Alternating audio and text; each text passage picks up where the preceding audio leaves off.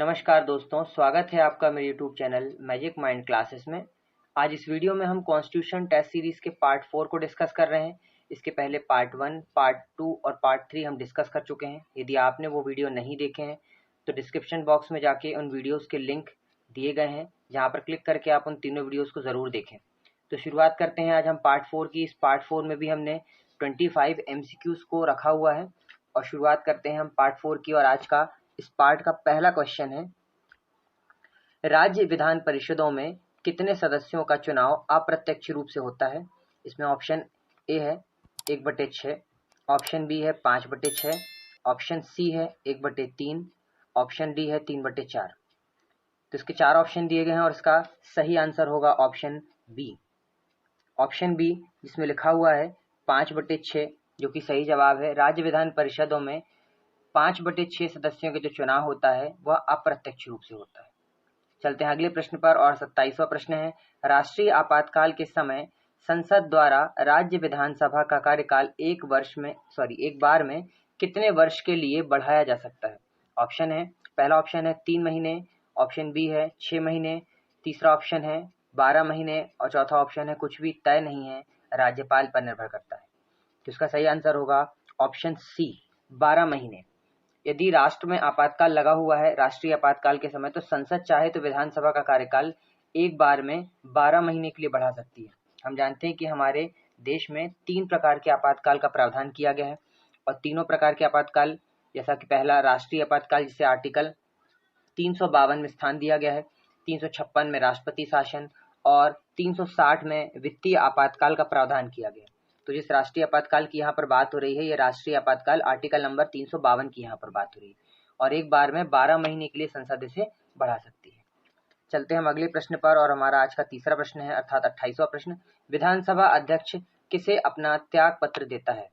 Option A है मुख्यमंत्री को, ऑप्शन बी है राज्यपाल को, ऑप्शन सी है उच्च न्यायालय के मुख्य न्यायाधीश को और ऑप्शन डी है उपाध्यक्ष को।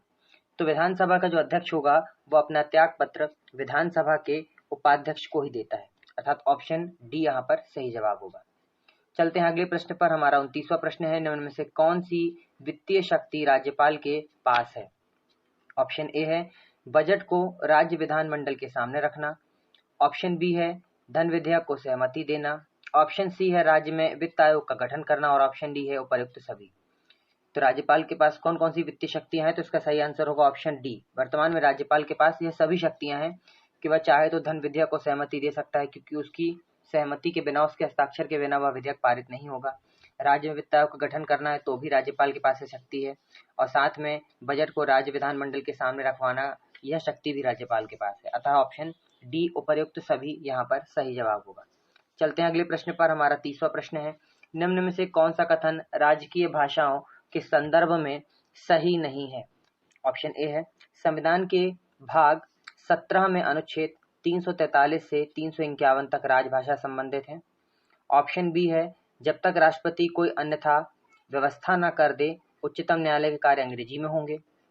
ऑप्शन सी है राजभाषा अधिनियम को 1963 में पास किया गया था और ऑप्शन डी है देवनागरी लिपि में लिखी जाने वाली हिंदी भाषा हिंदी संघ की भाषा है। तो हमें पहचानना है कौन सा सही नहीं है, अर्थात गलत कथन की यहाँ पहचान करनी है और इसका सही आंसर होगा ऑप्शन बी। ऑप्शन बी इसलिए यहाँ पर गलत है क्योंकि इसमें कहा गया है कि जब तक राष्ट्रपति कोई अन्यथा व्यवस्था न कर दे उच्चतम न्यायालय के कार्य अंग्रेजी में होंगे। ऐसा जरूरी नहीं है, ऐसा कोई प्रावधान भी नहीं है, इसलिए ऑप्शन बी यहाँ पर सही जवाब होगा। चलते हैं 31वें प्रश्न पर और हमारा 31वां प्रश्न है, भारतीय संविधान के अनुच्छेद 330 से 342 तक किससे संबंधित है। ऑप्शन ए है अखिल भारतीय सेवाओं से, ऑप्शन बी है निर्वाचन आयोग से, ऑप्शन सी है ग्राम पंचायतों से और ऑप्शन डी है लोकसभा में अनुसूचित जाति अनुसूचित जनजाति के आरक्षण तथा प्रतिनिधित्व से। हमें बताना है कि आर्टिकल का संबंध किससे, 330 से 342 और इसका सही आंसर होगा option D. Option D Lok Sabha में अनुसूचित जाति जनजाति के आरक्षण और प्रतिनिधित्व संबंधित आर्टिकल 330 से 342 तक है। जैसे कि मैंने आपको पिछली वीडियो में बताया है कि आर्टिकल 338 में अनुसूचित जाति आयोग के गठन की बात है, 338(1) में अनुसूचित जनजाति आयोग के गठन की बात है और 331 में आप देखें तो लोकसभा में एंग्लो इंडियन का जो प्रावधान था, वर्तमान में तो इसे समाप्त कर दिया गया, परंतु उसका प्रावधान रखा गया था। तो ऐसे कुछ आरक्षण हैं जो कि 330 से 342 तक है, तो ऑप्शन डी यहाँ पर सही जवाब होगा। चलते हैं हम अगले प्रश्न पर और हमारा 32वां प्रश्न है, भारत में अनुसूचित जातियों, जनजातियों और आंग्ल भारतीयों को विशेष प्रावधान शुरुआत में कब तक के लिए दिया गया था। तो इसका पूरा डिटेल डिस्क्रिप्शन मैंने पिछली वीडियोस में आपको बताया है कि कैसे यह हुआ था।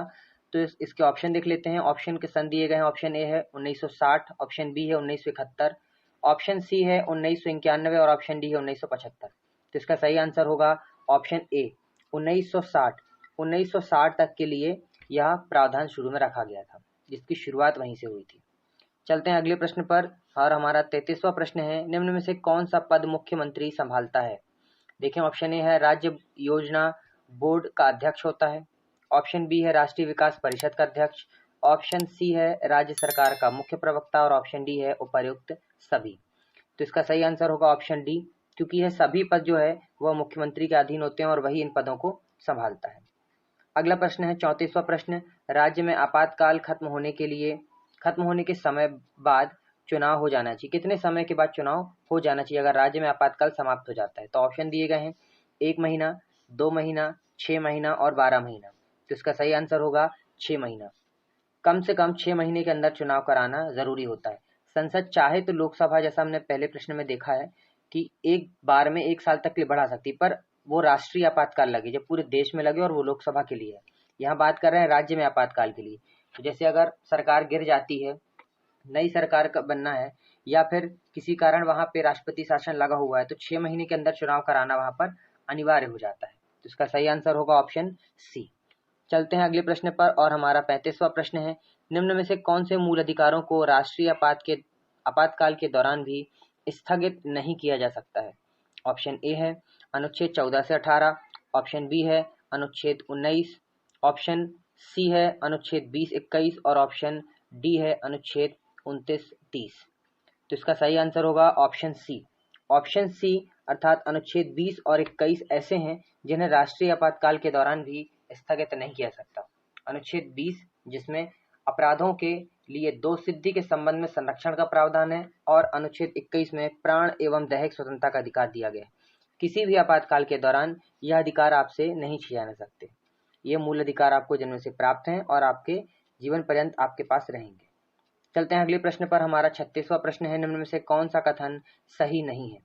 ऑप्शन ए है वित्त विधेयक विधान परिषद में पेश नहीं किया जा सकता है, ऑप्शन बी है वित्त विधेयक को राज्य का मुख्यमंत्री ही पेश करता है, ऑप्शन सी है विधान परिषद को वित्त विधेयक में परिवर्तित करने का अधिकार नहीं है और ऑप्शन डी है वित्त विधेयक दोनों सदनों में पेश किया जा सकता है। हमें पहचानना है कौन सा कथन सही नहीं है, अर्थात गलत कथन की पहचान हमें यहाँ पर करना है और इसका सही आंसर होगा ऑप्शन बी। वित्त विधेयक को राज्य का मुख्यमंत्री ही पेश कर सकता है, ऐसा नहीं है। मुख्यमंत्री चाहे तो वित्त विधेयक को राज्य मंत्री, किसी भी राज्य वित्त मंत्री या फिर और अन्य किसी मंत्री के द्वारा चाहे तो पेश करवा सकता है। जरूरी नहीं कि मुख्यमंत्री ही वित्त विधेयक को पेश करे। चलते हैं अगले प्रश्न पर और हमारा 37वां प्रश्न है, निम्न में से कौन सा संवैधानिक निकाय है। ऑप्शन ए है राष्ट्रीय बाल अधिकार संरक्षण आयोग, ऑप्शन बी है राष्ट्रीय पिछड़ा वर्ग आयोग, ऑप्शन सी है राष्ट्रीय अल्पसंख्यक आयोग और ऑप्शन डी है राष्ट्रीय अनुसूचित जाति आयोग। इसमें संवैधानिक निकाय की बात की गई है और यहाँ पर ऑप्शन डी एकदम सही होगा। ऑप्शन डी में कहा गया है राष्ट्रीय अनुसूचित जाति आयोग, जिसका प्रावधान अनुच्छेद 338 में किया गया है, जो कि एक संवैधानिक निकाय है। चलते हैं हम अगले प्रश्न पर और हमारा 38वां प्रश्न है, निम्न में कौन सा सुमेलित नहीं है। गलत को पहचानना है। अनुच्छेद 153 में राज्य का राज्यपाल, अनुच्छेद 155 में राज्यपाल की नियुक्ति, अनुच्छेद 165 में राज्य का महाधिवक्ता और अनुच्छेद 233 में राज्यपाल के अध्यादेश जारी करने की शक्ति। और इसमें कौन सा सही सुमेलित नहीं है वो हमको पहचानना है, अर्थात गलत कथन की पहचान करना है और इसका सही आंसर होगा ऑप्शन डी। ऑप्शन डी यहाँ पर गलत है। अनुच्छेद 233 में राज्यपाल के अध्यादेश जारी करने की शक्ति नहीं है। यह शक्ति तो 213 में दी गई है। 213 में 233 में किस चीज का प्रावधान है, तो अनुच्छेद 233 में राज्यपाल को परामर्श है कि जो भी जिला के न्यायाधीश होते हैं उनकी व्यक्तियों की नियुक्ति और उनकी पदस्थापना संबंधित प्रावधान अनुच्छेद 233 में किया गया है। चलते हैं हम अगले प्रश्न पर। हमारा 39वां प्रश्न है, निम्न में से कौन सा अनुच्छेद सुमेलित नहीं है। ऑप्शन ए है अनुच्छेद 343 में संघ की राजभाषा है। ऑप्शन बी है अनुच्छेद 344 में राजभाषा पर संसदीय समिति एवं आयोग। ऑप्शन सी है अनुच्छेद 345 में राज्य की राजभाषा। और अनुच्छेद डी है अनुच्छेद 351 में उच्चतम न्यायालय और उच्च न्यायालय की लिए राजभाषा। तो इसका सही आंसर होगा, कौन सा सम्मिलित नहीं है पहचानना है, तो इसका सही आंसर होगा ऑप्शन डी। ऑप्शन डी यहाँ पर इसलिए गलत है क्योंकि अनुच्छेद 351 में राजभाषा हिंदी के प्रचार प्रसार और उसे लोगों के तक पहुंचाने के लिए चीज का प्रावधान किया गया है। 351 में हिंदी को राजभाषा का दर्जा दिया गया और भारत सरकार का यह कर्तव्य बनता है कि वह इस भाषा का प्रचार प्रसार इस प्रकार से करे कि लोग इसे बोलचाल की भाषा में, कामकाज की भाषा में प्रयोग कर सकें। चलते हैं अगले प्रश्न पर और हमारा 40वां प्रश्न है, राज्य विधानसभा में सदस्यों की न्यूनतम संख्या कितनी हो सकती है? ऑप्शन ए है 30, ऑप्शन बी 40, ऑप्शन सी है 50 और ऑप्शन डी है 60। तो इसका सही आंसर होगा ऑप्शन डी अर्थात 60। राज्य विधानसभा में सदस्यों की न्यूनतम संख्या हो सकती है 60। वहीं हम पिछली वीडियोस में डिस्कस कर सकते हैं कि यदि अधिकतम सदस्यों की संख्या की बात करें तो अधिकतम सदस्यों की संख्या 500 हो सकती है, वहीं न्यूनतम सदस्यों की संख्या 60 हो सकती है। अर्थात 60 से 500 का प्रावधान राज्य विधानसभा में किया गया है सदस्यों की न्यूनतम और अधिकतम संख्या के लिए। चलते हैं 41वें प्रश्न पर और 41वां प्रश्न है, विधान परिषद का कोई सदस्य अपना इस्तीफा किसे देता है? ऑप्शन ए है सभापति को, ऑप्शन बी अध्यक्ष, ऑप्शन सी मुख्यमंत्री और ऑप्शन डी है राज्यपाल। तो देखें, विधान परिषद का कोई भी सदस्य यदि इस्तीफा देना चाहता है तो वह इस्तीफा किसे देगा? तो वह अपना इस्तीफा देगा सभापति को। ऑप्शन ए यहाँ पर सही होगा। जैसा कि हम जानते हैं कि राज्यसभा का कोई अध्यक्ष नहीं होता, राज्यसभा का जो मुख्य होता है उसे हम सभापति कहते हैं। इसी प्रकार विधान परिषद जो कि उच्च सदन है, इसका जो प्रमुख होता है उसे हम सभापति कहते हैं। तो यदि कोई सदस्य अपना इस्तीफा देता है तो वह सभापति को ही इस्तीफा देता है। चलते हैं हम अगले प्रश्न पर और हमारा 42वां प्रश्न है, किसी राज्य के लोक सेवा आयोग के सदस्यों को कौन पद से हटा सकता है? ऑप्शन ए है राष्ट्रपति, ऑप्शन बी है राज्यपाल, ऑप्शन सी है मुख्यमंत्री और ऑप्शन डी है संसद। तो किसी भी राज्य के लोक सेवा आयोग के सदस्यों को हटाने का जो अधिकार है वह राष्ट्रपति के पास है, अतः ऑप्शन ए यहाँ पर सही जवाब होगा। चलते हैं अगले प्रश्न पर 43वां प्रश्न है, राज्य का महाधिवक्ता किसके प्रति जिम्मेदार होता है? ऑप्शन ए है राज्यपाल, ऑप्शन बी है मुख्यमंत्री, ऑप्शन सी है विधानसभा अध्यक्ष और ऑप्शन डी है उच्च न्यायालय के मुख्य न्यायाधीश। तो इसका सही आंसर होगा ऑप्शन ए, राज्य के राज्यपाल के प्रति वह जिम्मेदार होता है, क्योंकि उसकी नियुक्ति जो है वह राज्य का राज्यपाल ही करेगा। पर अगर उसे हटाना है तो राज्य का राष्ट्रपति, किसी देश का राष्ट्रपति, अपने देश का राष्ट्रपति उसे हटा सकता है। हर देश का जो अपने यहाँ संविधान में जो प्रावधान है उसके अनुसार अपने देश का राष्ट्रपति उसे पद से पदच्युत कर सकता है। चलते हैं अगले प्रश्न पर, हमारा 44वां प्रश्न है, राज्य विधान परिषदों में सदस्यों की संख्या किस पर निर्भर करती है? ऑप्शन ए है राज्य की जनसंख्या पर, ऑप्शन बी है संसद के विचार पर, ऑप्शन डी है विधानसभा की सदस्य की संख्या के आधार पर, ऑप्शन डी है राज्य के क्षेत्रफल के आधार पर। तो यहाँ सही आंसर होगा ऑप्शन सी, मतलब राज्य की विधानसभा की सदस्य संख्या के आधार पर। देखिए, राज्य विधान परिषदों में जो सदस्यों की संख्या होती है वह विधानसभा के सदस्य की संख्या की 1/3 से अधिक नहीं हो सकती, ऐसा प्रावधान हमारे संविधान में किया गया। तो ऑप्शन सी यहाँ पर सही जवाब होगा। चलते हैं अगले प्रश्न पर, 45वां प्रश्न है, निम्न में कौन सा सुमेलित नहीं है? ऑप्शन ए है अनुच्छेद 312 में लोक सेवा आयोग के कार्यों, ऑप्शन बी दिया गया है अनुच्छेद 110 में धन विधेयक की परिभाषा, ऑप्शन सी है अनुच्छेद 112 में बजट और ऑप्शन डी है अनुच्छेद 51 का में मौलिक कर्तव्य।